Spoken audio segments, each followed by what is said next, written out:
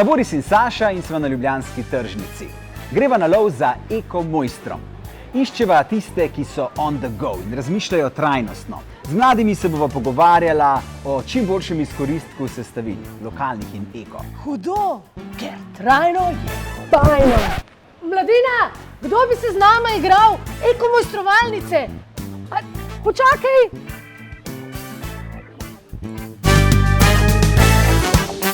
Pravila so enostavna. Tisti, ki poda več pravilnih odgovorov, gre v finale za naziv ekomojstra.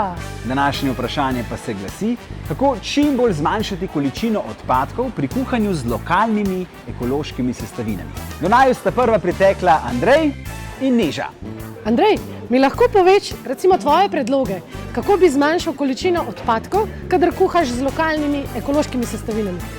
Predvsem mogoče, da se te sestavine potem, neporabljene sestavine porabijo za kakšno drugo jed ali pa zamrznejo, da se ne grejo kar vreči v kraj. Mogoče tudi z zmanjševanjem embalaže ali pa za se da hrana na kompost, nove ostanke na kompost.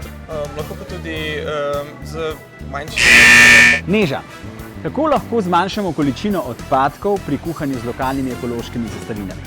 Tako da vnaprej razmišljamo o potrošnji materijala, koliko bomo porabili. Živilo lahko uporabimo celo, lahko uporabimo tudi njegove ostanke za jušno osnovo, ga zamrznemo, v skrajnem primeru pa odložimo na kompost.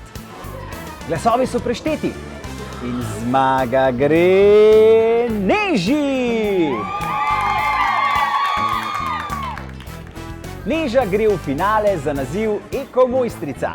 Zato spremljajte nas še naprej. In odkrite, kaj vse se skriva za ekoznakom Kmetijstvo Slovenija.